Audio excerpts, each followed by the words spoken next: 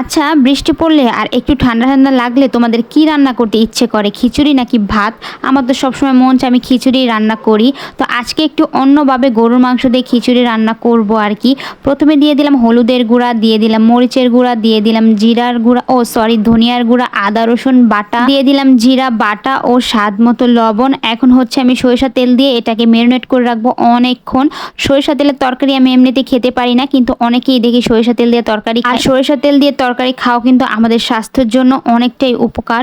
তো এখন আমি হচ্ছে মুগ ডালটা ভেজে নিব। ভাজতে ভাজতে আমার হাজবেন্ডের কথা মনে পড়ে গেল, তাই আমি একটা তার ছোট্ট করে নামের অক্ষর লিখলাম আর কি।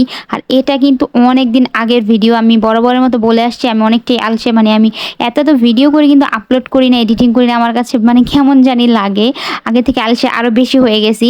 তো এখন আমি সয়াবিন তেলের বদলে আমি এখানে সরিষা তেল দিয়ে দিছি, মনে ছিল না। তো যাই হোক, এখন আমি হচ্ছে গরুর মাংসটাকে রান্না করে নেব। তো এই যে আমি বেশি করে কষিয়ে নিলাম, ভেজে নিলাম, আর ছোট ছোট পিস করে কাটছি যেহেতু খিচুড়ির মধ্যে দেব। দিয়ে দিলাম অল্প একটু পানি মাংসটাকে সেদ্ধ করার জন্য। তো তারপর আর কি তেল বেরিয়ে আসছে। এখন আমি মাংসটাকে তুলে আলাদা একটা বাটির মধ্যে রেখে দেব। তারপর ধুয়ে রাখা চাল ডাল মানে সব কিছু আমি দিয়ে দিব সেই মশলার মধ্যে আর কি।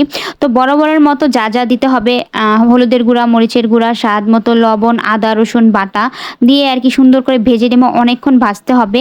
আর এই চামচটা সেদিন আমরা ফ্রেন্ডরা মিলে বের হয়েছিলাম, তো 20 টাকা করে চামচ, ছোট ছোট দেখে অনেকটাই ভালো লাগছে। চামচটা কিন্তু বেশ ভালোই কাজ করে, মানে খুব সুন্দর আর কি। দিয়ে দিলাম গরম পানি, অনেকে দেখি মানে আন্দাজ করে দিয়ে দেয়, আমি সেটা পারি না, আমার মেপে দিতে হবে। তো চাল ফুটে উঠছে, এখন আমি মাংসগুলো দিয়ে দিলাম। তো এই যে তৈরি হয়ে গেল আমাদের গরম গরম সরিষা তেলের গরুর মাংসর খিচুড়ি। মনের মতো করে পরিবেশন করে ফেললাম।